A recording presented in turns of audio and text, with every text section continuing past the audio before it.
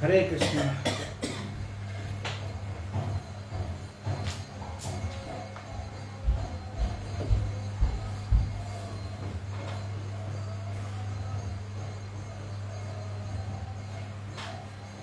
आज हम लोग चर्चा करेंगे हिरण्यकशिपु ने जब सारे बात सुन लिया प्रहलाद महाराज से, सुनने के बाद उनमें क्या रिपार्केशन हो रहा है। जैसे हम लोग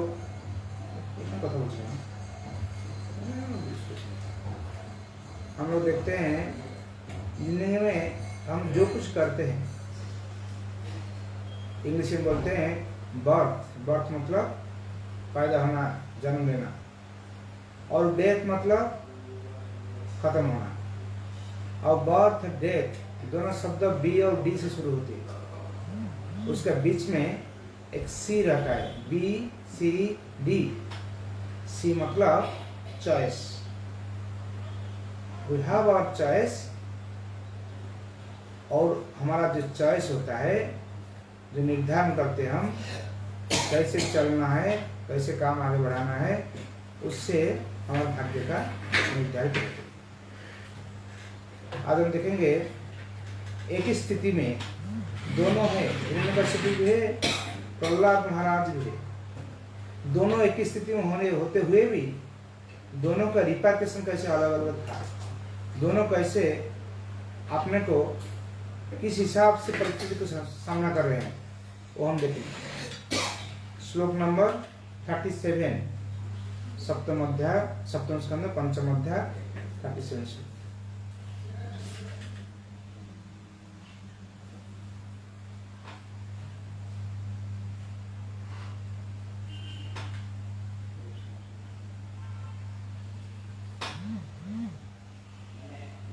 परः अपि अपत्यं हितपित्त यथा औषधं, स्वदेहज अपि अमयवत् सुतो अहितः, छिन्दन् तदङ्गं जत्पूत आत्मनः हितम् अहितं, शेषं सुखं जीवति जद्विवर्जनात्। बोलते हैं यद्यपि औषधि, औषधि मतलब जड़ी बूटी, जंगल में उत्पन्न होने के कारण मनुष्य की श्रेणी में परिगणित नहीं होती, किंतु लाभ प्राप्त होने पर अत्यंत सावधानी से रखी जाती है। इस प्रकार यदि अपने परिवार से बाहर का कोई व्यक्ति अनुकूल हो तो उसे पुत्र के समान संरक्षण प्रदान किया जाना चाहिए। दूसरी ओर यदि किसी के शरीर को कोई अंग रोग में विषाक्त हो जाए तो उसे काट कर अलग कर दिया जाना चाहिए, जिससे शेष शरीर सुखपूर्वक जीवित रहे। इस प्रकार भले ही अपना अंतर्ज पुत्र की ही क्यों ना हो, यदि वो प्रतिकूल है तो उसका परित्याग कर देना चाहिए। यहाँ पे हिरण्यकशिपु ने बता रहा है कि कैसे बता रहा है। उसका पहला वर्ष को बोलते हैं 5 साल का एक बालक होते हुए भी हिरण्यकशिपु का उम्र अभी 5 साल है। जिसका 5 साल बालक है, जो पिता माता का स्नेह में बढ़ना चाहिए था, लेकिन वो पिता माता का स्नेह से नहीं बढ़कर वो क्या करता है, पिता माता का संपर्क परित्याग करता है। मतलब जो बालक अभी 5 साल उम्र में अपना पिता माता को परित्याग कर सकता है, वो कोई विश्वास का पात्र नहीं है, उसको कभी विश्वास नहीं करना चाहिए। कौन बोलता है? हिरण्यकशिपु बोल रहा है। हिरण्यकशिपु बोल रहा है जो 5 साल का बच्चा अपना पिता को छोड़ सकता है, उसको कैसे कौन विश्वास करेगा? अरे विश्वास क्या करेगा?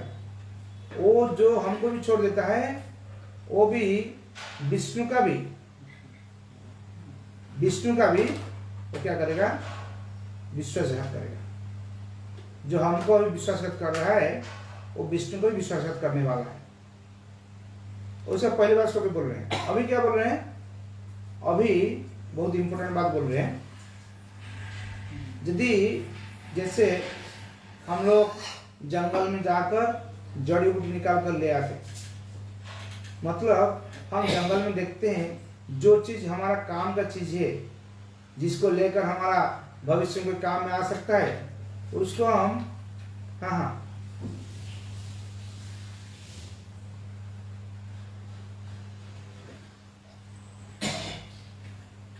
उसको जंगल में हम क्या करते हैं, जड़ी बूटी जंगल से कलेक्शन करते हैं, कलेक्शन करके उसको बहुत प्यार से रखते हैं। क्या रखते हैं?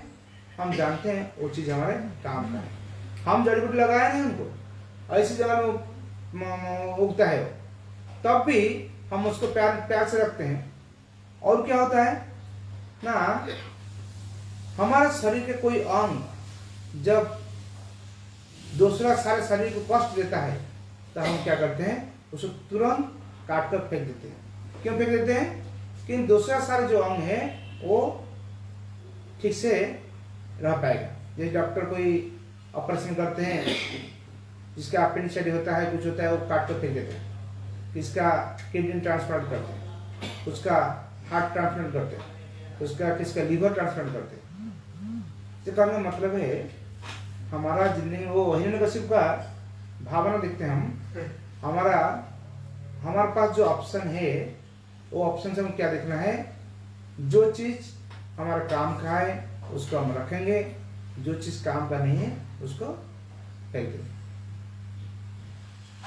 देखिए इसमें हम ज़्यादा कुछ नहीं, 2-3 पॉइंट पर हम डिस्कशन करेंगे।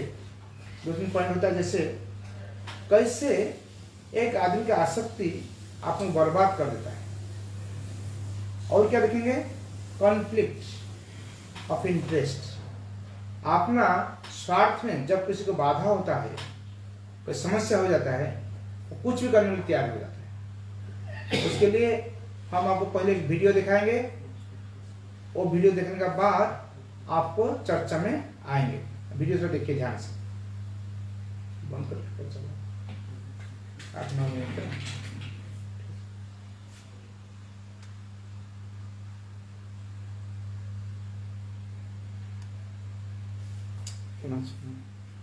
दुष्मंत पुत्र भरत थे, और भरत ने अपना पुत्रों का अंदर किसी को राजा नहीं किए थे।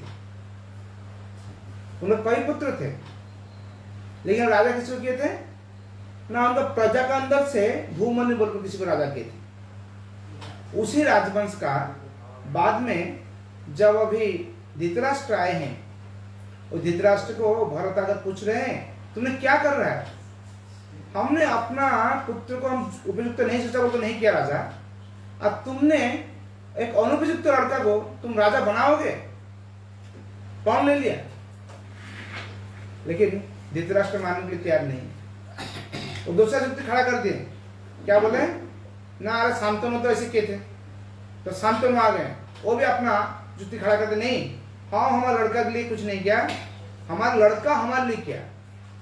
और कहने का मतलब है कभी कभी हमारा जो अटैचमेंट होता है, जो अटैचमेंट कैसे अपने को बर्बाद कर देता है। हम देखते हैं हिरण्यकशिपु ने वो क्या सोचा था, वो सोचा था हम अभी विष्णु को पिक्चर से हटा दिया, अभी दुनिया का हम राजा है, हम सब कुछ करते हैं, हमारा लड़का हम जैसे होगा ऐसे होना चाहिए, हम जैसे चाहते हैं ऐसे हमारा लड़का होना चाहिए। देखिए आजकल क्या होता है, बहुत लोग बच्चे लोग पढ़ाते हैं, जब पढ़ाते हैं वो पहले सोचते हैं हमारे लड़के को हम डॉक्टर बनाएंगे। वो बच्चा क्या पढ़ता है, कैसे पढ़ता है, उसकी इच्छा है कि नहीं, कुछ सोचते नहीं। वो अपने बच्चा को डॉक्टर बनाने के लिए कोशिश में लगे रहते बचपन से। वो बेचारा बच्चा कुछ करे नहीं करे, जबरदस्त पिता माता का बात रखने के लिए कोशिश करते करते उसे जिंदगी चल रहा है, दिखाता है ना अच्छा डॉक्टर हो पाया, ना उसका जहाँ इच्छा था वो हो पाया। ऐसे ही हम इसे देखते हैं, एक होता है आसक्ति अटैचमेंट, दूसरा होता है कॉन्फ्लिक्ट बिटवीन फादर एंड सन। पिता पुत्र का अंदर जो कॉन्फ्लिक्ट हम देख रहे हैं, कौन, हिरण्यकशिपु और प्रहलाद महाराज का अंदर, वो कॉन्फ्लिक्ट को थोड़ा सा आप समझाने से अच्छा होगा। कैसे कॉन्फ्लिक्ट हो रहा है देखिए। एक चीज हम देखते हैं, हिरण्यकशिपु के अंदर एक भाव है, हम एंजॉय करेंगे, हम कैसे कैसे एंजॉय करना ही है, और उनका लज्जित ज्ञापना, और उस एंजॉय कैसे करेंगे, अपना ईगो को बढ़ा देने के लिए। महाराज प्रहलाद महाराज वो वही है, प्रहलाद महाराज का अपने को ईगो नहीं उधर। प्रहलाद महाराज कहने का मतलब है हम भगवान के लिए सब कुछ करने को तैयार है। मतलब एक आदमी लड़ता है अपने ईगो के लिए, और एक आदमी लड़ता है भगवान की इच्छा के लिए। हिरण्यकशिपु लड़ता है अपने जय पाने के लिए, और वो लड़ता है कौन, आपका प्रहलाद महाराज लड़ रहे हैं अपना भगवान का इच्छा के वो स्थापन करने के लिए। इसलिए भगवद गीता में बोलते हैं, जिससे दुर्योधन क्या बोलता है, युद्ध क्षेत्र में दुर्योधन आया है, उसमें बोलता है अन्यश्च बहवः सुरा मदर्थे त्यक्त जीविता नारशस्त्र पहरणाम सर्व युद्ध विशारद। हमारा इतना बड़े बड़े सेनानायक लोग हैं, और जो लोग हमारे लिए जीवन त्याग करने में प्रस्तुत है, रेडी होकर आए हैं, और सारे बहुत सारे अच्छे अच्छे अस्त्र शस्त्र लेकर ही आए हैं। और सब वो लोग सब लोग क्या है, सामरिक एक्सपर्ट है। कौन बोलता है, दुर्योधन बोलता है। और उसी जगह में हम देखते हैं अर्जुन क्या बोलता है, अर्जुन का फीलिंग्स कैसे देखिए। अर्जुन बोलता है तम तथा कृपया विष्टम अश्रुकुन पुनः कुलक्षयम विषिदंतम इदम वाक्यम उवाच मधुसूदन। दुर्योधन जहां अपना अस्त्र, अपना योद्धा, अपना युद्ध सरंजाम और अपना प्रिपरेशन को लेकर गर्व कर रहा है, वहीं दूसरी जगह में अर्जुन क्या बोल रहा है, अर्जुन अनुतप्त होकर बैठे हैं। क्यों अनुतप्त है, क्यों व्याकुल है, क्यों असूचित है। तमदत्ता कृपा विष्णु अश्रुपूर्ण कुलक्षण, क्योंकि वो सोचते हैं हे कृष्ण आप देखिए क्या होने वाला है, कितना बड़ा विडंबना होने वाला है। वो होता है एक भक्त और एक अभक्त का अंदर जो सिमिलैरिटीज, मतलब डिसिमिलैरिटीज बोलिए आप। एक भक्त सोचता है अभी युद्ध होने वाला है, उसमें कितना आदमी मर जाए, क्या हालत हो जाएगा, कितना बर्बाद हो जाएगा, मतलब दूसरा का भलाई के लिए सोचते हैं। और जो अभक्त होते हैं वो सोचते हैं कैसे हम जीतेंगे, जो मरेगा मरेगा, हमारे क्या है, हमारे लिए मरने के लिए इतना सब योद्धा लोग आगे बैठे हैं, हमारे योद्धा को मर जाए कोई मतलब नहीं, हमको जीतना है। दुर्योधन के पास, दुर्योधन और अर्जुन दोनों गए हैं कृष्ण के पास, जाकर कृष्ण पूछ रहे हैं किसको सपोर्ट करेंगे। कृष्ण बोल कर रखे हैं हम जिसको पहले देखेंगे, सबरे उठते उठते जिसके मुंह पहले देखेंगे उन्हीं वो जो मांगेंगे उसको दे देंगे। लेकिन वो देखे तो अर्जुन को पूछे देखो एक तरफ हम रहेंगे, एक तरफ हमारे एक अक्षर सेना रहेगी, क्या चाहते बोलो, हमको चाहते हैं ना हमारी सेना को चाहते हैं, और हम युद्ध नहीं करेंगे। अर्जुन बोले हम आपको चाहते हैं, और दुर्योधन बोले ना ना हमको अक्षर सेना, आप तो युद्ध नहीं करेंगे, बेकार है। अरे युद्ध के लिए हम आए आपके पास, आप युद्ध करेंगे ही नहीं, इसलिए आपको लग रहा क्या काम मिलेगा, हमारा कोई मतलब नहीं हमारा, इसलिए हमको क्या चाहिए, सेना चाहिए। जब दुर्योधन वापस चला गया, शकुन के पास मिला, शकुन से बात किया, शकुन बोले क्या हुआ ना, हम एक अक्षर सेना लेकर आ गया। और कृष्ण कहाँ गए ना, कृष्ण अर्जुन के पास चले गए। तो शकुन समझ गया क्या हो गया, शकुन अरे तुम इतने बेवकूफ कब हुआ, तुमको देखिए एक भगवान को चाहता है और एक भगवान की संपद को चाहता है। भगवान संपद क्या, इस जड़ जगत में जितने संपद है सब सारे भगवान का संपद है, मतलब इस जड़ जगत संपद जो चाहते हैं उनको संपद मिलेगा, जो भगवान चाहते हैं उनको भगवान मिलेगा। हिरण्यकशिपु चाहता है कैसे हमारे साथ जिसका नहीं पड़ता है उसको हम मार देंगे बस, मतलब जो हमारा बात सुनेगा, हम जैसे चाहेगा ऐसे करेगा, वो हमारे लिए ठीक है। जो हमारा बात नहीं सुनेगा उसके साथ हमको रिश्ता नहीं है, उसको हम मार देंगे। कैसे मार देंगे, ऐसे बताया जिस शरीर का जो अंग जो हमारे शरीर को पीड़ा देता है वो अंग को काट कर फेंक दो। और क्या करना है, और जंगल में जो वनस्पति बनते हैं उसको कोई लगाते नहीं, कोई उगाते नहीं, लेकिन ऐसे जो उगता है नेचुरली, उससे जो काम का चीज है उसको ले आओ, अपना काम में लगाओ, उसको इज्जत से रखो। इसे कहने का मतलब है प्रहलाद हमारा लड़का होते हुए भी, हमारा लड़का है, हम जैसे चाहते वैसे होना चाहिए था, लेकिन वैसे नहीं हो रहा है। इसका मतलब है उसको मार देना हमारे लिए ठीक है। और प्रहलाद क्या सोच रहे हैं, प्रहलाद सोचते हैं वो इतना रिएक्टिव नहीं है। उनका जो ईगो है उनका पास, ईगो क्या है, हम भगवान के भक्त है, हम भगवान को सेवा करना हमारा काम है, ईगो ही है। और उनका पास और क्या है ना, रिएक्शन के लिए टाइम नहीं, मतलब वो रिएक्शन नहीं किया। जो समस्या हिरण्यकशिपु आ रहा है प्रहलाद से, उससे ज्यादा बड़ा समस्या प्रहलाद आ रहा है हिरण्यकशिपु से, कि हिरण्यकशिपु उनको मानने के लिए तैयार हो गया और समझता है हमारे पिताजी हम क्या करेंगे। इसके बाद भी वो क्या क्या दो चीज हम देखते हैं प्रहलाद महाराज का, एक अपना कन्विक्शन में जो अपना जो विश्वास है, विश्वास में बहुत दृढ़ था, आयरन जैसे था, और अपना नम्रता में जैसे तृणादि भी सुनिचन घास जैसे था। वो दोनों गुण से इसलिए कोई डिसीजन तुरंत नहीं लिया। क्यों तुरंत नहीं लिया, और जानता है हमको डिसीजन कुछ लेना है, जो डिसीजन ना भगवान लेंगे, हमको भगवान की सेवा करना है बस, और दूसरा काम हमारा नहीं। क्योंकि हिरण्यकशिपु क्या सोचता था, आई एम द डूअर, हमको करना है, इसलिए हम जो अच्छा समझते तुरंत करेंगे। हम एक एग्जाम्पल देखेंगे आपका ध्रुव महाराज के बारे में। एग्जाम्पल, ध्रुव महाराज बचपन में जब अपना पिताश्री उत्थानपाद का गोद में बैठने के गए, तब क्या हुआ, उनका स्टेप मदर ने सुरुचि बोले, देखा ध्रुव, तुम्हारे इस जन्म में पिताश्री गोद में तुम बैठ नहीं पाओगे, तुम्हारे भाग्य में नहीं है। हो सकता है तुम बढ़ सकता है, कैसे बढ़ सकता है, तुम भगवान को प्रार्थना करो, भगवान कृपा होने से दूसरा जन्म में तुम हमारा घर में पैदा हो गए, जन्म लेना है, उसके बाद तुम पिता का गोद में बढ़ सकता है।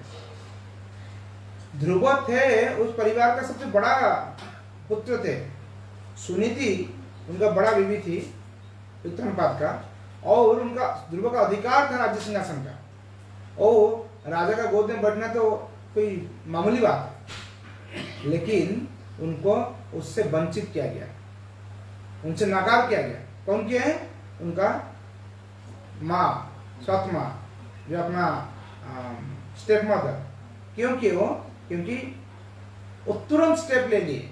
यहीं पे हमारे जो अभी आज का टॉपिक के साथ हम मिलाते हैं, कैसे तुरंत डिसीजन लिए। कौन तुरंत डिसीजन लिए, उनका माँ। लेकिन इससे परिणाम क्या हुआ है, परिणाम हुआ बाद में ध्रुव महाराज ने भगवान का आशीर्वाद लेकर वो राज्य को प्राप्त किए, और सुरुचि ने शर्मिंदा हो गए। इसलिए हम लोग का जिंदगी में ऐसे कोई स्थिति आता है, हमें क्या करना चाहिए, धैर्य धरना चाहिए, बाहर से, अंदर से पेशेंस रखना चाहिए। धैर्य मतलब पेशेंस, और सह्य क्या, टॉलरेंस और पेशेंस, वो दोनों को हमारा मतलब जीवन का अंग होना चाहिए।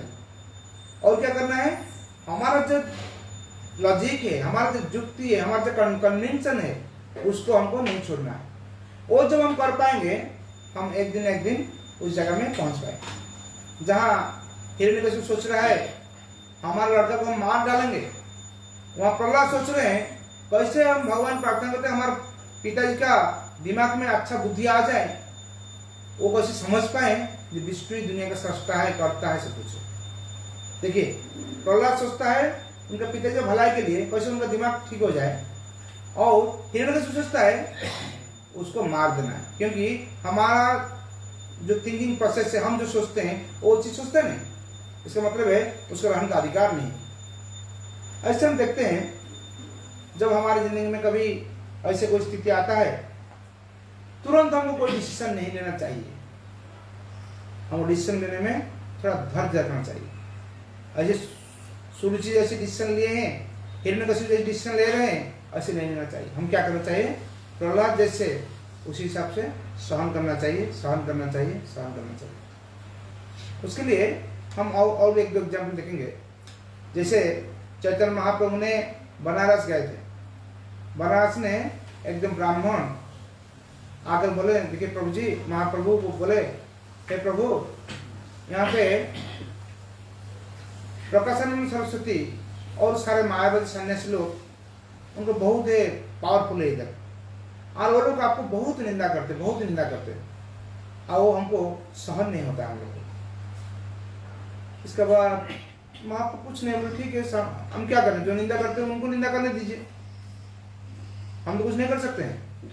तब बाद में ब्राह्मण ने एक दिन चैतन्य महाप्रभु को अपना घर में बुलाए प्रसाद के लिए, भिक्षा के लिए। जब बुलाए तब वो ब्राह्मण, वो प्रकाशानंद सरस्वती और उनका सारे सन्यासियों को बुलाए। वो लोग मायावती सन्यास थे। मायावती सन्यास से क्या होता है, वो लोग समझते हैं जब कोई आदमी समझ नहीं पाते हैं, वो भगवान बोलकर वो माया का अंडर में रहते। जब समझ लेते हैं भगवान है, नमो नारायण है, वो लोग का, जैसे हम लोग बोलते हैं दूसरा देखने से प्रणाम करते हैं, हरे कृष्ण बोलते हैं, वो लोग बोलते हैं नमो नारायण, मतलब जो सन्यासी मतलब वो नारायण बन ही गए, और भगवान और उनका सन्यास का में कोई फर्क नहीं है। इसीलिए वो लोग बहुत क्रिटिसाइज कर रहे थे। वो आए, हम देखिए चैतन्य चैतन्य ऐसे वर्णन में आता है, जब प्रकाशानंद सरस्वती ने ऊपर बैठे हैं, उनका सब सारे शिष्य लोग को लेकर चैतन्य जाकर जहां वो लोग पैर धोते हैं, जिससे हम लोग किसी के घर में पहले जमाने में होता था, आजकल शहर हो गया, वो सब हट गया, किसी घर में जाने से पैर धोने के लिए पानी देते थे, और एक पीढ़ी जैसे लकड़ी का देते थे, जिसका ऊपर पैर रखकर पैर धोते। तो चैतन्य महाप्रभु जहां पैर धोते थे सन्यासी लोग, वहीं बैठ गए। लेकिन चैतन्य महाप्रभु ज्योति देखकर वो लोग चमक गए, सारे चमक कर वो लोग बोला, आइए आइए आइए, ऊपर आइए, ऊपर आइए। मतलब चैतन्य महाप्रभु एक ऐसी स्थिति में गए थे जहां पे जो लोग उनके सामने है, वो सारे चैतन्य महाप्रभु निंदा करते करते करते करते आए हैं। कई दिनों से, जब से चैतन्य महाप्रभु बनारस में, तब तो निंदा सुनते रहते। लेकिन जब चैतन्य महाप्रभु को जो ह्यूमिलिटी था, इतना दैन्य भाव था, वो दैन्य भाव को देखकर वो लोग भी खुद समझ गए वो कैसे है। उनको बुलाए, बुलाने के बाद चैतन्य महाप्रभु अपना दैन्यता प्रकाश किए। इसका जब उनका वार्तालाप हुआ, वो सारे चैतन्य महाप्रभु शिष्य बने उसी दिन। कहने का मतलब है, आदमी जो अपने को छोटा समझते हैं, छोटा बनते हैं, छोटा नहीं हो जाते हैं। हम लोग बोलते हैं तराजू होता था ना, आजकल तराजू उठ गया। तराजू में क्या होता है, जो भारी होता है वो नीचे जाता है, जो हल्का होता है ऊपर जाता है। जब कोई फल का वृक्ष होता है, जहाँ फल ज्यादा होता है, ये वृक्ष थोड़ा सिर झुक जाता है, और जब फल कम होता है वो खड़ा हो जाता है। ऐसे ही हम इधर देखेंगे कैसे ये जो नॉलेज है, जो हिरण्यकशिपु प्रहलाद का जो शिक्षा है, इसमें प्रहलाद महाराज जो मूड था, हिरण्यकशिपु जो मूड था, हिरण्यकशिपु को कैसे कैसे अपने क्या क्या समझता खुद, जैसे दुर्योधन का जैसे समझता था, और प्रहलाद महाराज क्या समझता था, जैसे अर्जुन समझता था। दोनों का अंदर इतना फर्क है। दोनों युद्ध के लिए आए हैं, अर्जुन आए हैं, दुर्योधन आए हैं। दुर्योधन के पास अर्जुन से ज्यादा डेढ़ में ज्यादा सैन्य है, उनके पास ज्यादा अस्त्र है, ज्यादा बल है, और उसी को लेकर वो अपना घर में मत है। और अर्जुन के पास कौन थे, स्वयं भगवान थे। इसलिए बोलते हैं, यत्र जोगेश्वर कृष्ण यत्र पार्थ धनुर्धर तत्र श्री विजय भूतिर ध्रुवानीतिर मतिर्मोह। जहाँ पे धनुर्धर अर्जुन है, जहाँ पे स्वयं भगवान कृष्ण है, जोगेश्वर कृष्ण है, वहां पे जहाँ कृष्ण रहेगा वहीं तो लक्ष्मण रहेंगे ना। वहीं तो विजय होगा। ऐसे इधर क्या लिख रहे हैं हम, प्रहलाद के पास स्वयं भगवान है, लेकिन उसके लिए गर्व नहीं कर रहा है। उनके पास भगवान होते हुए भी वो समझ रहे भगवान हमारे सामने है। जैसे जब वो खम्भों को देख रहे थे, हिरण्यकशिपु बोला तुम्हारा भगवान इधर है, प्रहलाद महाराज देख रहे हैं भगवान को, वो खम्भा टूटने पहले भगवान दर्शन कर लेते, इसे बोलते हाँ भगवान यही है। जब हर जगह भगवान है, इधर क्यों नहीं रहे? लेकिन हिरण्यकशिपु देख नहीं पाता है। इससे प्रहलाद उनका अपना भगवान के प्रति जो विश्वास था, इतना स्ट्रांग कन्विंशन था, इतना विश्वास स्ट्रांग था, उसके लिए उन्होंने कभी थोड़ा सा डाउट नहीं किया भगवान के ऊपर, और विश्वास को लेकर अपने, जैसे एक बताते हैं, जैसे प्रभुपाद में अमेरिका जा रहे हैं, जाकर अमेरिका जब पहुंचते हैं बोस्टन में, तब देखते हैं अरे क्या हालत है भाई अमेरिका का, यहाँ हम क्या करेंगे, हम कुछ नहीं कर पाएंगे। और भगवान प्रार्थना करते हैं, प्रभु आपने हमको इधर ले आए, जब ले आए जिसने ले आए उसी को आप करवाइए, हमारा कोई हिम्मत नहीं कुछ करने का। देखिए जो संत है आपका 70 साल में 2 हार्ट अटैक लेकर वो अमेरिका जैसी जगह में पहुंचे, उसका बाद भी वो समझते हमारा कुछ करने का नहीं है, भगवान आप जो करना कीजिए। वो होता है एक भक्त का मूल्य। वहीं पे हम देखें दूसरा चीज में, गौड़ी मठ का बहुत सारे सन्यासी लोग सब पहले भी अमेरिका लंदन गए थे प्रचार करने के लिए, उनके लिए बहुत सपोर्ट था, पैसा का सपोर्ट था, मैन पावर सपोर्ट था, जो प्रभुपाद के लिए नहीं था। इतना सपोर्ट होते हुए भी वो लोग क्या किए, फेल्योर हो गए। क्यों फेल्योर हो गए? क्योंकि उनका भगवान प्रति इतना विश्वास नहीं था, वो अपना पर ज्यादा विश्वास था। आप देखेंगे जैसे पिता और पुत्र का बात चल रहा है, पिता सोचता है पुत्र हमारा ऐसे ही होना चाहिए। प्रभुपाद एक अच्छा एग्जाम्पल दे रहे हैं, एक विचारपति होते, जज होते, जज विचारपति और पुत्र, विचारपति होगा ऐसी कोई बात नहीं, उनका योग्यता होने से विचारपति हो सकते हैं, योग्यता नहीं होने से विचारपति नहीं होंगे हो सकते। लेकिन अभी क्या हुआ, चैतन्य महाप्रभु जाने के बाद हमारा गौड़ीय परंपरा में जैसे नित्यानंद वंश, जैसे आपका श्री संप्रदाय में वल्लभाचार्य का ऐसे ही वंश, मतलब हम गुरु है, अभी हमारा लड़का गुरु होगा। हम जब गुरु है दूसरा कोई गुरु नहीं होने वाला, हमारा लड़का ही होने वाला। वल्लभ वंश संप्रदाय में ऐसे हुआ, हम आचार्य है, हमारा लड़का आचार्य होगा, इसका उनका लड़का आचार्य होगा, उनका लड़का आचार्य होगा। इससे हमको पता चलता है कैसे हिरण्यकशिपु का जो कंसेप्ट है, उनको वो सोचना है हम जैसे हमारा लड़का ऐसे ही होना चाहिए। अरे लड़का ऐसे होना चाहता है कि नहीं चाहता, वो देखना है ना। लोग इतना नहीं चाहते, वो चाहते हैं हम जैसे चाहते हैं ऐसे लड़का होगा। इसलिए जब भक्ति सिद्धांत सरस्वती ने बाद में ब्राह्मणों के साथ लड़ाई किए, वो क्या किए थे, वो कोई भी जात का लोग हो उनको ब्राह्मण दीक्षा देते थे। कौन? भक्ति सिद्धांत सरस्वती का। तब उनको बहुत लोग क्रिटिसाइज किए। क्रिटिसाइज मतलब क्या, उनको मानने के लिए तैयार थे, और उसके लिए बहुत उनको बाधा अपने जीने में आया, क्योंकि वो खुद अपने सन्यासी बने थे, वो खुद ब्रह्मचारी मतलब ब्राह्मण बनाए थे। लेकिन पहले वो चीज था नहीं। पहले क्या था, हमारे पिताजी ब्राह्मण है तब हम ब्राह्मण हो सकते हैं, हमारा गुण होना चाहिए, नहीं होना चाहिए कोई मतलब नहीं। 5 रुपए का जो पैसा होता है वो हो जाने से ब्राह्मण आदमी बन गया। लेकिन गीता में क्या बोलते हैं, ब्राह्मण का अनावट गुण होना चाहिए, गुण जिसके पास है वो ब्राह्मण हो सकता है। जैसे हम देखते हैं जब प्रभुपाद ने विदेश में प्रचार किए, विदेश से लोग आए तो भारत लोग बोले क्या बात है, वो लोग कैसे ब्राह्मण बन जाएंगे। अरे ना ना ना ना, अभी ब्राह्मण नहीं बन सकते।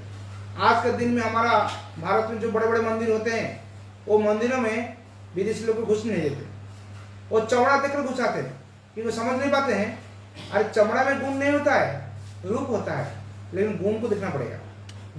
गुण का जो आधार है वो आधार से उनका गुण नहीं पूरा, उनका रूप बन गया, चमड़ा बन गया। इसलिए ऐसे हमको सबक सीखना चाहिए कि कैसे हिरण्यकशिपु मेंटालिटी को हमको हटाना है। हमारा अंदर जो होता है हिरण्यकशिपु मेंटालिटी होता है, हम जो चाहते हैं ऐसे होना चाहिए, हम जो बोलते हैं ऐसे होना चाहिए, नहीं, हमको दूसरा कंसर्न समझना चाहिए। जब तक हम दूसरा कंसर्न समझ नहीं पाएंगे तब तक हम आगे नहीं बढ़ पाएंगे। आप देखेंगे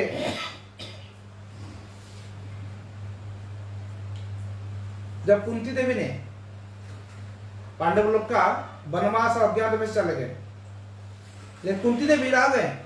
कुंती देवी कहाँ रुके थे? वो रुके थे धृतराष्ट्र गांधारी के पास, एक्चुअली रुके थे विदुर के पास, लेकिन मगर विदुर तो धृतराष्ट्र के अंडर में थे ना, इसलिए धृतराष्ट्र गांधारी उनका गाइडेंस में थे। क्यों थे? वो जानते थे हमारे लड़का लोग को कभी भी उनको मार देंगे, और मारने के लिए बानावर्त में गए तो साथ में थे, उनको सब माने उनको जान गए हो, इसलिए वो सोचते थे कैसे हमारा लड़का लोग दूसरा कोई राज्य में पहुंच जाए तो अच्छा है, और इसके लिए वो कोशिश कैसे इंद्रप्रस्थ में हम चला जाए। लेकिन इंद्रप्रस्थ जाकर उनको शांति नहीं मिला, वहां से उनको भागा गया। इंद्रप्रस्थ वो लोग इसीलिए गए थे, ठीक है मैं हस्तिनापुर हमको नहीं मिला, अरे इंद्रप्रस्थ में शांति में तो रहेंगे हमारे जगह में, हम अस्त्र को देखना नहीं। लेकिन बाद में दुर्योधन का जो शकुनी और दुर्योधन का जो परिकल्पना, उसमें वो लोग को वन में भेजा गया। लेकिन वन में जो भेजा गया तब कुंती देवी ने राजबाड़ी में इसीलिए रह गए, शी वांटेड टू कॉम्प्रोमाइज। वो चाहते जैसे हम इधर रहने से एटलीस्ट वो लोग कुछ सिंपैथी हम गैदर करेंगे। यद्यपि वो सिंपैथी उनके लिए नहीं, प्रैक्टिकल नहीं मिला उनको कुछ, तब भी उस सिंपैथी के लिए ही उन्होंने कॉम्प्रोमाइज किए, और वहीं इतना कष्ट में अपना 5 लड़का होते हुए भी, अपना बहू होते हुए भी अलग से रहना है, कितना दुख की बात है। लेकिन क्या करें, उपाय नहीं था। इसलिए हम लोग तो भक्ति हम करते हैं, भक्ति में हम जो करते हैं वही सच है, वही ठीक है, ऐसे नहीं सोचना चाहिए। हमारे कभी ऐसे नहीं सोचना चाहिए जो हम जैसे बोलते हैं ऐसे होना चाहिए। हो सकता है दूसरे का अंदर भगवान और कुछ शक्ति दी है।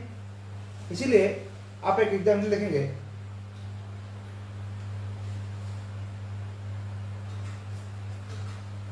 भीष्म द्रोण वो दोनों इतना बड़ा योद्धा थे, तब भी दुर्योधन उनको संदेह कर रहे थे। युद्ध क्षेत्र में जाने के बाद भी वो उनका डर था, बाई चांस वो लोग हमारे विपक्ष में चले जाएंगे, ऐसे कुछ हो जाएगा। क्योंकि उनका जो आसक्ति था वो जानते थे हमारा जो आसक्ति है राज्य का प्रति है, लेकिन भीष्म द्रोण का आसक्ति किसका प्रति? पंच पांडव के प्रति है। इसलिए हम लोग हर जगह में हिरण्यकशिपु की मेंटालिटी, मतलब हम एंजॉय करेंगे, हमारे बात से चलेगा, जो हमारे बात से नहीं चले उसको मार दो, ढाल दो, वो कर दो। आज हमारा क्षमता नहीं मानने का, हम उसको परेशान कर सकते हैं। हमारा जो क्षमता है, छोटा सा क्षमता है, हम देखते हैं अरे वो हमारी बात नहीं सुनता, उसको I will put him in trouble, कुछ ना कुछ परेशान करेंगे। लेकिन उससे क्या होता है, अपना भक्ति नहीं बढ़ता है। इसलिए हम लोग क्या करना चाहिए, चैतन्य महाप्रभु सिखाएं, त्रिनादेवी सुनिश्चय न तरोरपि सहस्रना अमानिना मानदेन कीर्तनीय सदाहरि। हम लोग को कोई भी काम हम करते हैं, हमारा जो मूड होना चाहिए, मूड में अमानिना मानव देना, वो मूड जब तक रहेगा तब तक क्या होगा, हमारा दुश्मन भी हो वो बाद में दोस्त बन जाए। जैसे हम देखते हैं प्रकाशानंद सरस्वती महाप्रभु का जो वार्तालाप हुआ था, जैसे सार्वभौम जैसे बात देखी, जब चैतन्य महाप्रभु ने पुरी में गए, सार्वभौम जो उनको मंदिर से लेकर आने के बाद देखते हैं वो तो नाचते हैं, खेलते हैं, हरे कृष्ण कीर्तन कर रास्ते में उधर नृत्य करते थे। तब सार्वभौम जी बोले देखिए युवक सन्यासी, तुम सन्यासी धर्म का पालन नहीं करता है, ऐसे नहीं करना चाहिए। सन्यासी मतलब क्या होंगे, वो धीर होंगे, शांत होंगे, गंभीर होंगे और किताब अध्ययन ग्रंथ अध्ययन करेंगे, तब वो सन्यास रख पाएंगे। अब तुम जैसे करते हो वैसे सन्यास रखना मुश्किल है। इसलिए वो क्या किए हैं, उनको 7 दिन के लिए भागवत पढ़ाएंगे।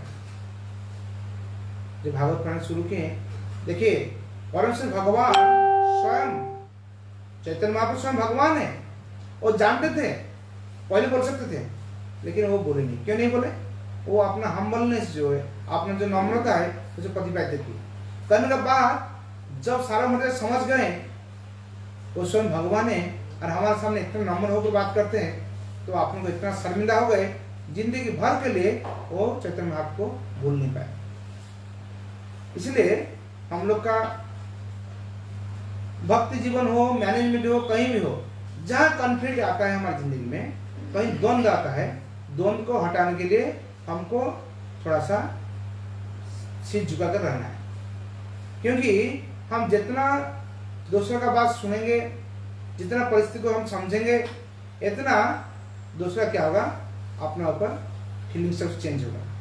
नहीं तो भगवान सब देख रहे हैं, सब कुछ कर रहे हैं। इसलिए यहाँ प्रहलाद महाराज वो समझते थे उनके पिताजी क्या कर सकते हैं उनके लिए, समझने बाद भी वो कॉम्प्रोमाइज कर रहे हैं, और उनका पिताजी और ज्यादा उग्र हो रहे हैं, और ज्यादा उग्र हो रहे हैं। इसलिए यहाँ दो एस्पेक्ट है। एक एस्पेक्ट होता है हमारा एक्सटर्नल एस्पेक्ट, जो बाहर से हम देखते हैं, और एक एस्पेक्ट होता है अंदर से क्या होता है।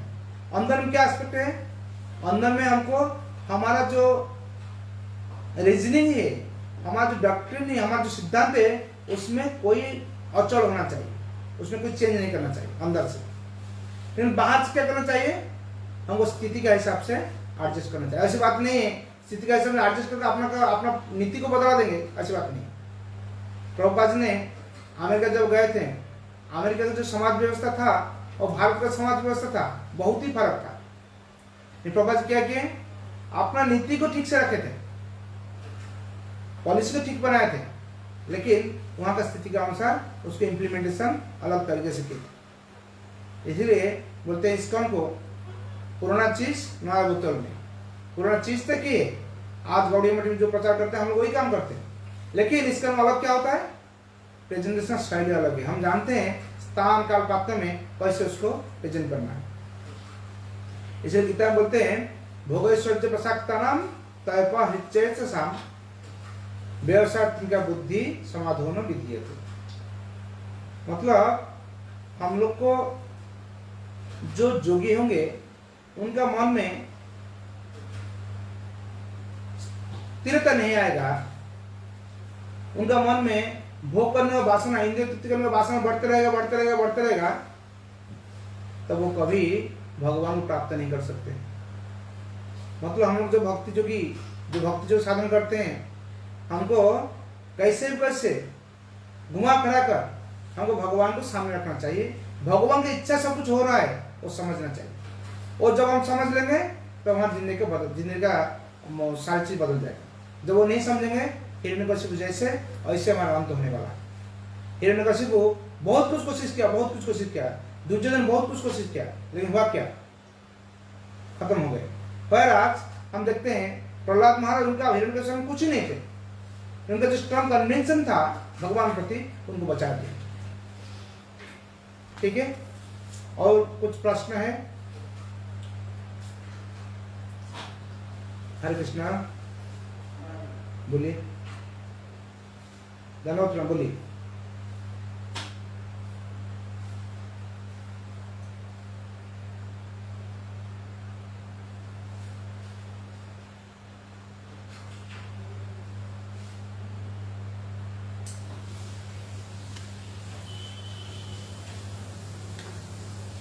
हम बताते हैं कि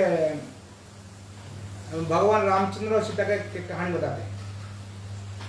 जब रामचंद्र, भगवान सीता देवी, लक्ष्मी देवी, सीता देवी, वो दोनों वनवास में थे, लक्ष्मण भी साथ में थे। वो जा रहे थे, एक बार पंचवटी का रहने के टाइम में वो एक तालाब में माने तरने जा रहे थे, समझ गए? जब तरने के लिए जा रहे हैं, लक्ष्मण के रामचंद्र बोले, लक्ष्मण तुमने जज बनोगे, तुम जज होंगे, हम और सीता कंपटीशन करेंगे। मतलब एक तालाब का एक तरफ से दूसरा तरफ जाना है, उधर मिट्टी को स्पर्श करना है, इसके बाद आकर इधर पहुंचना है। जो पहले पहुंच पाएगा वही जीता हुआ है। ठीक है, ऐसे ही जब पहले लक्ष्मण राजी नहीं, ना ना ना ना ना ना, अरे एक तो हमारा भाभी है, एक हमारा भाया है, हम कैसे जज होंगे? हम जज होंगे, जिस कोई नाराज हो जाएगा हमारे ऊपर, ये नहीं होना चाहिए। रामचंद्र नहीं नहीं तुमको होना है, वो हमारा आदेश है। लक्ष्मण आदेश मानकर बैठ गए। अभी कंपटीशन शुरू हुआ। जब शुरू हुआ, रामचंद्र तो बहुत बड़ा माने क्षत्रिय थे ना, मसस था, बड़ा बलवान थे, वो तुरंत चले गए और सीता देवी तो जा नहीं पाते। अभी रामचंद्र जाकर उधर वापस आ रहे, सीता देवी जा रही है। अभी कुछ देर बाद रामचंद्र क्या किए, वापस आकर वो मिट्टी स्पर्श नहीं किए, वो पानी में डूब कर रहे हैं। और सीता देवी इसका अंदर क्या हुआ, सीता देवी वो पहले मैंने उस जगह में टच करके मिट्टी चढ़कर दूसरे जगह में वापस आ रहे हैं। जब वापस आ रहे हैं, सीता देवी आकर माने विनर हो गए, समझ गए। एक्चुअली रामचंद्र विनर थे ही थे, लेकिन उन्होंने क्या किए, अपने पानी के अंदर डूब गए, सीता देवी को विनर कर दी। मतलब यहाँ पे आप देखेंगे, to have a better relationship, अपना पति पत्नी का अंदर संबंध को बचाने के लिए, बढ़ाने के लिए वो अपना हार स्वीकार कर लिए। मतलब सीता देवी बोला हाँ हम विनर, हम जीत गया, हम जीत गया, हम जीत गया। सीता देवी बहुत खुश हो गए, लेकिन खुश होने के बाद रामचंद्र भी खुश हुए, इसलिए क्योंकि सीता देवी को खुश कर पाए। ऐसे हम एक चंद्रगुप्त मौर्य सीरियल चल रहा था एनडीटीवी इमेजिन में, बहुत पहली बात है। जो उसमें एक सीरियल में एक आता है, चंद्रगुप्त को लेकर चाणक्य ने गए हैं जंगल में जाकर जंगल का जो राजा होते हैं, मुखिया होते हैं, उनका साथ टक्कर हो रहा है। क्योंकि वो मुखिया बोल दिए तुम लोग बाहर का आदमी तुमको घुसने नहीं देंगे, वैसे झगड़ा चल रहा था। तब चंद्रगुप्त को सिखाए, चाणक्य सिखाए, देखो हम इधर जीतने के लिए नहीं है वो लोग का साथ, हम क्यों आया, उनको जीतने के लिए, हम जीतने के लिए नहीं। I want to make them win. We are not here to win ourselves. Our winning means if we lose the game, then we are the winner. If we win the game, then we are loser. समझ गए। उसके लिए वो क्या के, वो जो उनका जो सरदार थे, दलपति थे ट्राइबल का, जंगल का अंदर, उनको साथ उनका रेस हुआ है। तो किसका, चंद्रगुप्त का। जब रेस हो रहा है, रेस में कंडीशन था जो पहले चला जाएगा, पहुंच जाएगा, दूसरा का गला काट देगा, समझ गए। अभी कितना सख्त के स्टॉप कंडीशन है।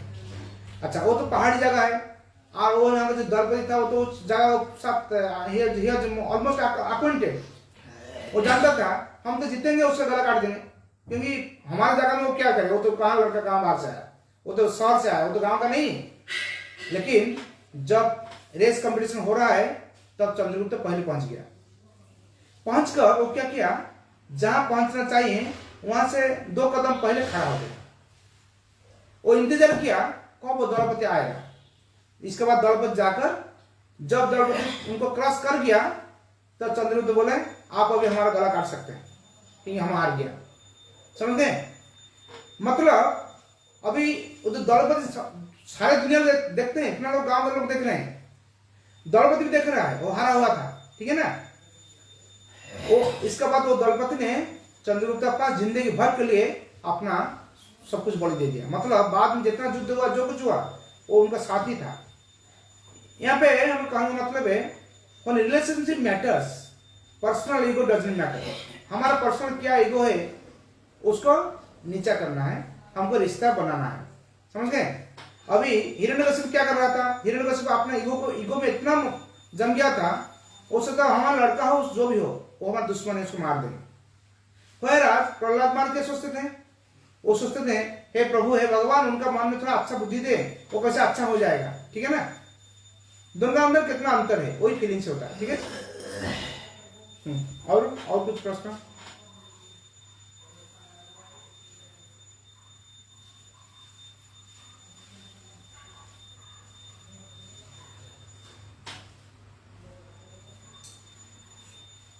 सुनिए, जो चीटिंग करते हैं दैट इज टेम्पररी इफेक्ट। हम सोचते हैं कोई आदमी को चीटिंग कर लिया, एक्चुअली जो चीटिंग करता है वो खुद चीटेड होता है इन लॉन्ग रन, याद रखना। हम लोग को एक पॉजिटिव एटीट्यूड में चलना है। इन एनी केस हमारा एटीट्यूड चेंज नहीं करना है। बाय हुक और crook will not surrender specially in your character, समझते हैं। इसीलिए दूसरे लोग जो नेगेटिव काम करते हैं ना, जो नेगेटिव करते हैं तुरंत बढ़ जाते हैं, लेकिन हमको पॉजिटिविटी होकर कैसे आगे बढ़ना वो दिखना है। हमारा नीति आदर्श को चेंज नहीं करना, वो चेंज कर देंगे हमारी जिंदगी बदल जाएगा, हम आप कभी आगे नहीं बढ़ पाएंगे। क्योंकि if you lose money, you lose once, if you lose character, your whole life is gone। समझ गए ना, कैरेक्टर हम लूज नहीं कर सकते हैं, थोड़ा बहुत के लिए बचे जाके जा क्या है, ठीक है ना, ठीक है जी। हाँ हरे कृष्ण, और कुछ? हाँ हाँ बोलिए कुछ। हाँ हरे कृष्ण।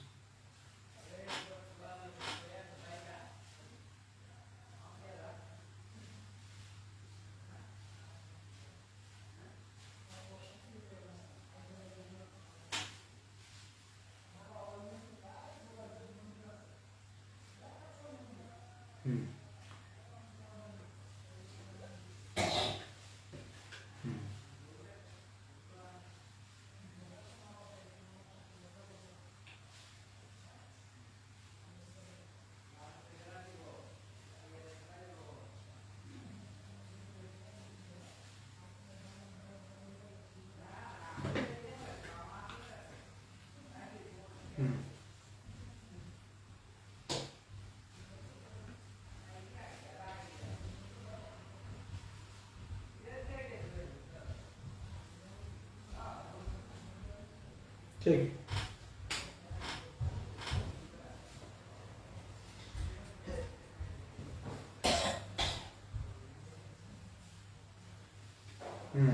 वही बात सुनिए, जैसे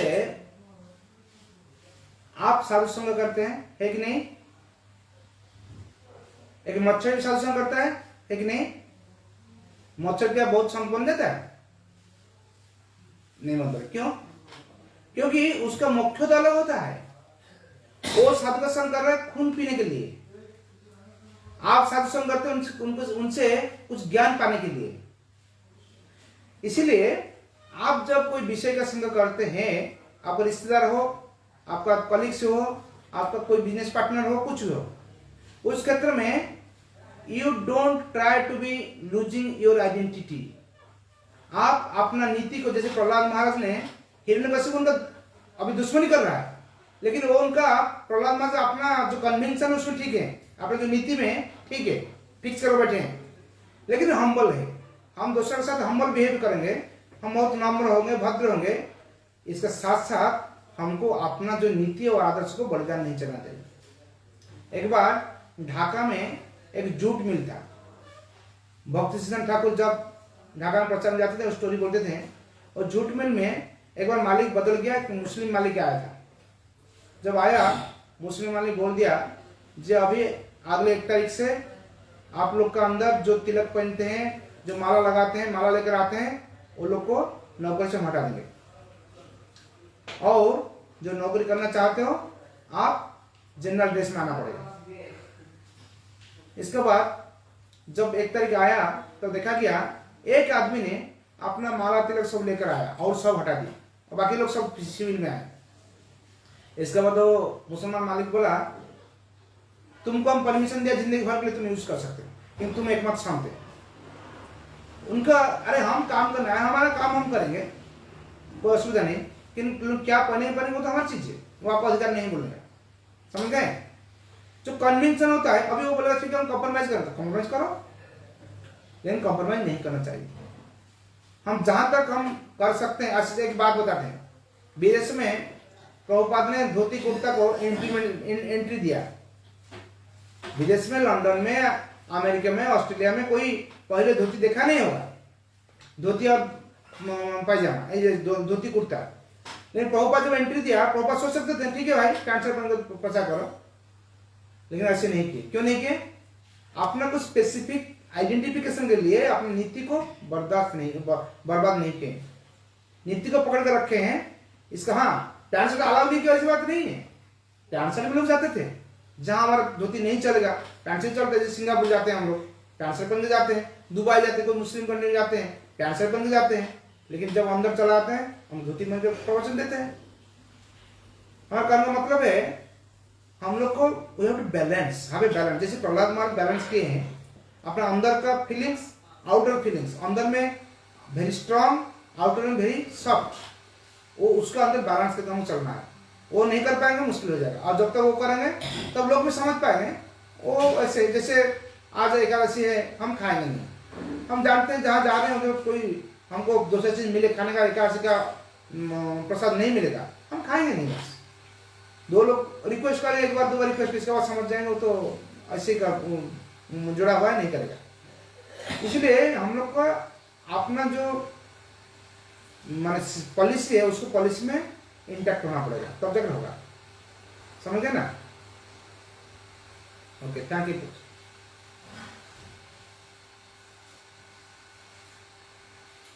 और कुछ?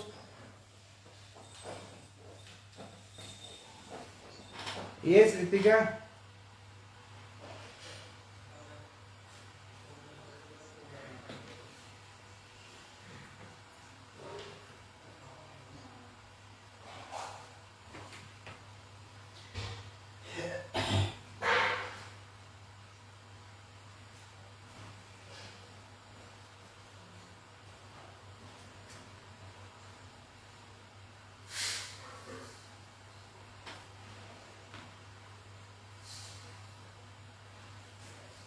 इसे अभी हमारी जो स्थिति है, कोई भी जॉब करके भक्ति कर सकते हैं। हमारा इंडिया की जो स्थिति है, हाँ कोई प्राइवेट जॉब करोगे, जैसे मल्टीनेशनल कंपनी में जो लोग 8 घंटा 20 घंटा खटाते हैं, वो अलग बात हो गया। लेकिन ऐसे हमारा जो गवर्नमेंट जॉब होता है, जो जनरल जॉब होता है, उसमें हमको लगता नहीं कहीं ऐसी स्थिति है। लेकिन ऐसी स्थिति हुआ तो हम लोग को यू हैव टू बैलेंस। हमारा जिंदगी का लक्ष्य क्या है? हमारा लक्ष्य पैसा कमाना नहीं है, हमारा लक्ष्य है भगवत प्राप्ति। लेकिन इस शरीर को बचा कर रखने के लिए पैसा हमको चाहिए, इसीलिए हमको बैलेंस करना पड़ेगा। हम कितना पैसा होने से हम शांति से रह सकते हैं, लेकिन भक्ति भी कर सकते हैं। भक्ति को बंद करके हम शांति में नहीं रह सकते। इसीलिए bhakti is the major part, original हमारा उद्देश्य है। और हमारा परिवार चलाना, संसार चलाना, वो हमारा सेकंड काम होता है। इसीलिए उसको हम बैलेंस करने के लिए जो जैसे पढ़ना पड़ेगा ऐसे पढ़ो। तुम्हारे क्या, तुम तो इंग्लिश ऑनर्स पढ़ रहे हो, तुम्हारे लिए क्या है, कोई असुविधा नहीं तो? हाँ फॉर यू मत।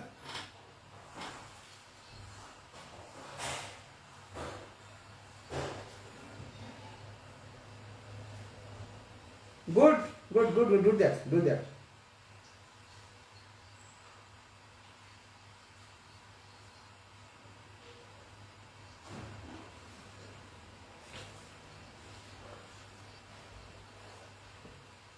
Nothing like that. No. You see, George Washington America राष्ट्रपति थे, उनका एक कहावत था, तुम घास काटो और घोड़ा चढ़ो, कोई मतलब नहीं, यू मस्ट बी फास्ट। उनके पिताजी उनको बोले थे। क्या बोला मैंने? घास काटो और घोड़ा चढ़ो, मतलब what ever job you do, never mind, but you must be fast.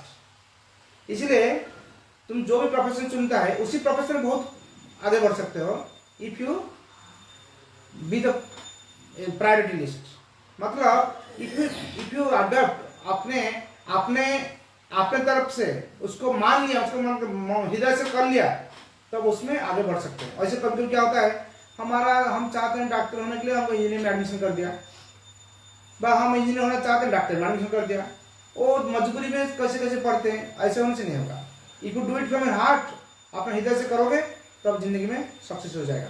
और वो प्रोफेसर कोई बुरा काम नहीं, अच्छा जॉब है। Teaching is a brahmanical job. जो पढ़ाते हैं ना, वो ब्राह्मण लोग पढ़ाते हैं। Teaching brahmanical job. Okay, thank you very much.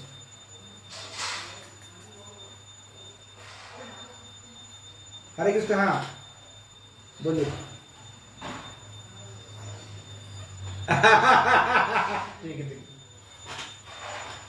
ठीक है तब, thank you very much. Hare Krishna. कल 7 बजे मिलेंगे। हरे कृष्णा। हाँ।